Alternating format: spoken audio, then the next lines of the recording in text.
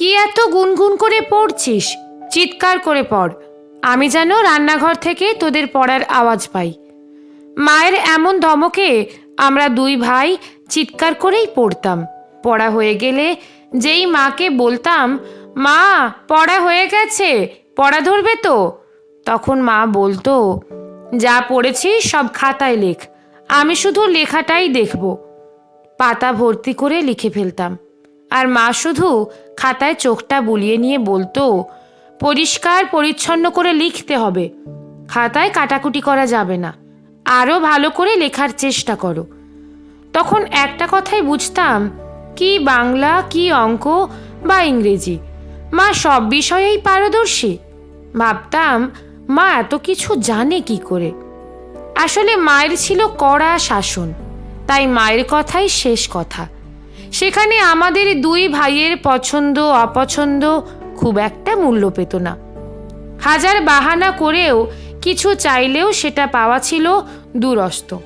বাবা মারা যাওয়ার পর থেকে মাই হয়ে উঠেছিল আমাদের সর্বে সর্বা। সব কিছুই যেন নিয়মে বাঁধা। তাই মাঝে মধ্যে মায়ের উপর ভীষণ রাগ হতো। শাসনের চাপে পড়ে খুব অতিষ্ঠ হয়ে উঠতাম। মায়ের হাতে মারও খেয়েছি কত। সে যাই হোক, বড় হয়েছি, কলেজ ইউনিভার্সিটি কমপ্লিট করেছি মায়ের শাসনে থেকেই। শাসনের মধ্যে থেকেই পেয়েছি অনেক স্বাধীনতা। আজ বুঝি এই শাসনের কত মূল্য। মোটের ওপর আজ আমরা দুই ভাই প্রতিষ্ঠিত। ভাই ডাক্তার আর আমি সরকারি স্কুলে শিক্ষকতা করি। তারপর থেকে কেটেছে জীবনের অনেকগুলো দিন। হিসেবের খাতা বলে প্রায় 25 বছর। 25 বছর পরের ঘটনা। আজ মাধ্যমিকের রেজাল্ট। সকাল থেকেই আমরা বাড়ির সকলেই বেশ টেনশনে আছি। রেজাল্ট বের হওয়ার দিনগুলো বড় টেনশনের দিন। আমার ভাইও বারবার ফোন করে খবর নিচ্ছে। আমার স্ত্রী অনিন্দিতা আমাকে জিজ্ঞেস করছে বারবার, কি গো, রেজাল্টের কিছু খবর পেলে? খবর পেলে তুমি তো জানতেই, তবে এখনো কোনো খবর পাইনি। অনিন্দিতা নিজেও টেনশনে আছে।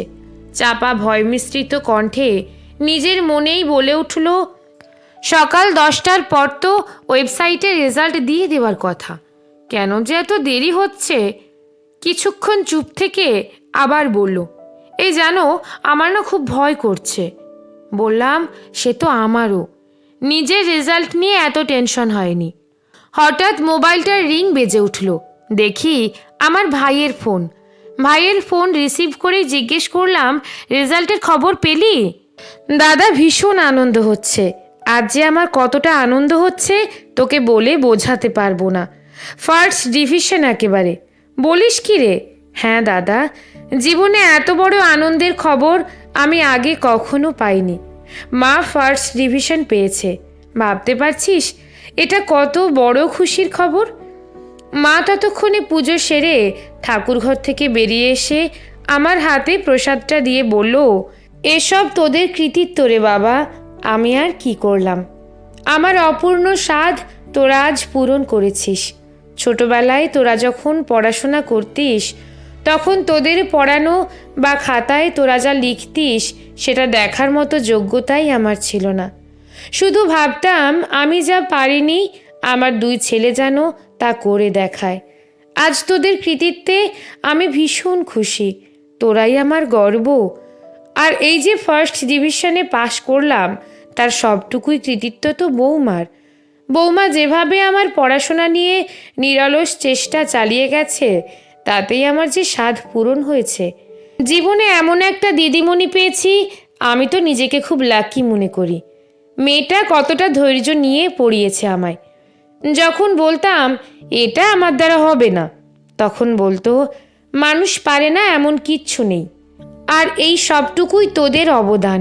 মাকে প্রণাম করে বললাম, না মা, তোমার শিক্ষা না থাকলে তা কি করে সম্ভব হতো? সন্তানদের মানুষ করার পিছনে মায়ের ভূমিকাই যে সবথেকে বড় কথা। জন্মের পর সেই প্রথম আলো দেখানোর দিন থেকেই যে শুরু হয়ে যায় শিক্ষা, যা পুঁথিগত শিক্ষার থেকেও অনেক বড়। আমাদের এই দুই ভাই বড় হওয়ার পিছনে শিক্ষাগত যোগ্যতার যত সার্টিফিকেট আছে এগুলো তো সব তোমারই প্রাপ্য। তুমি তো মানুষ হতে শিখিয়েছ আমাদের, তুমি বড় শিক্ষিকা। আমাদের জীবন পথের পাথেয় হয়ে থাকবে মায়ের শিক্ষা। সব থেকে বড় কথা এই মানুষ হওয়ার শিক্ষা।